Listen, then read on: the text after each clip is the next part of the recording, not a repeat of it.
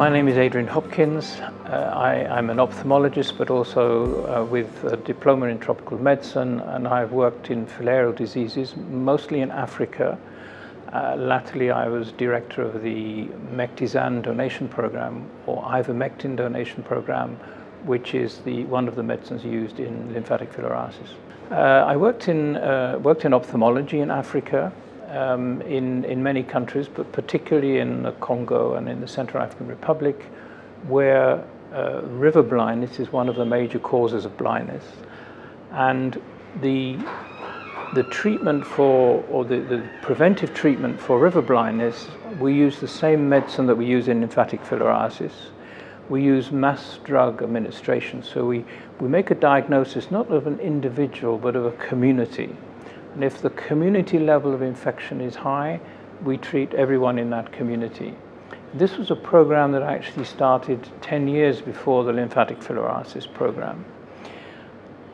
We learned some lessons as we developed that program. This was the first mass drug administration or mass distribution of medicine program in the world.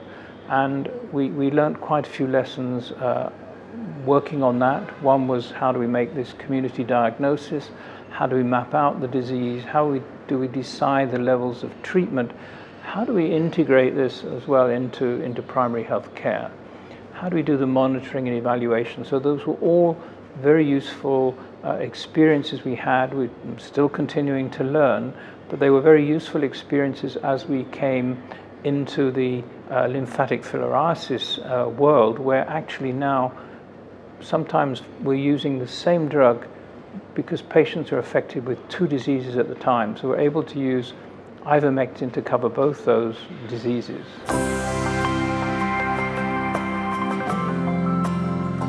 Well, it's very interesting to see in Africa, where both the river blindness program and the lymphatic filariasis programs are working best, is where there is a very good health system at the most periphery. We talk about primary health care, but this is what actually brings health care to people in their community. It's very easy to say this should be done in hospitals, but the community don't go to hospitals. So we have to make sure that the services of health that are possible to do at the most peripheral work well. Now, if you develop a good primary health care system, these services can be provided. And just taking an example from Congo, when a good primary health care system was set up, those areas where it was working well, we had very good results, not just with river blindness, but with all aspects of health care. And that made it easy to integrate, for example, treatment against lymphatic filariasis, where that was working well. There's a risk of setting up a parallel system, saying we're going to come in from the top, as it were. We're going to distribute the drugs, the medicines needed for lymphatic filariasis, and ignore the health services that are there. That is not sustainable. We really need to make sure the primary health care system works well. And not just for getting the medicines out there, but also with lymphatic filariasis, we have patients who remain with swollen limbs, with needing skin care, and we need to make sure that the primary health care system actually supports those patients, even if when we come to the point of stopping distributing the medicines. I think one of the lessons is to make sure that your population is so much bigger, but you still have people in communities. I think the lessons for India really are making sure your primary health care system works. The people who are suffering from lymphatic filariasis, we often say it's one of the neglected tropical diseases. It's actually diseases of neglected people. And often you find this disease most common in the people who are furthest away from health care, who can't afford health care. So it's really, I think one of the main lessons is to make sure your health systems are really working at the periphery. I think that would be one of the major lessons I would take from Africa.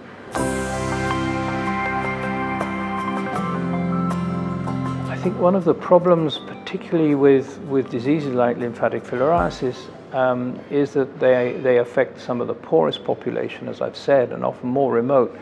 This is often they're remote from the politicians. We really have to make the point that these people contribute to the economy of the country.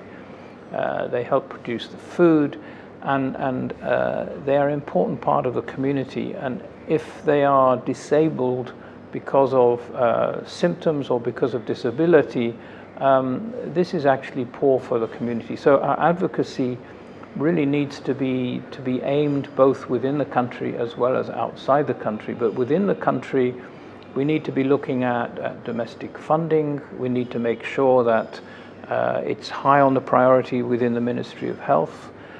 Sometimes, you know, there's sort of big diseases like AIDS capture the money, capture the imagination of people, and these people with neglected diseases are often suffer quite a lot. When you get high level advocacy and a high level response, it makes a major difference. This meeting 10 years ago, this Gulf meeting, 10 years ago was held in Tanzania. It was opened by the president of the country, who had heard about hydrocele, which is one of the symptoms of the disease and which needs surgery, but good surgery, you can cure it. And he had heard about that, and he set up the President's Fund for surgery.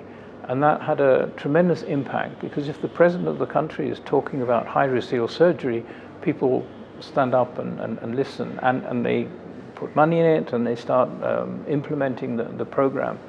So we need to do this advocacy within the country.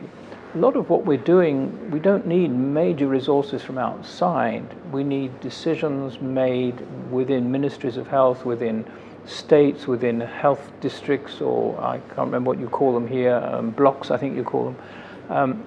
That's where the decisions have to be made to get the medicines out and the people with symptoms looked after.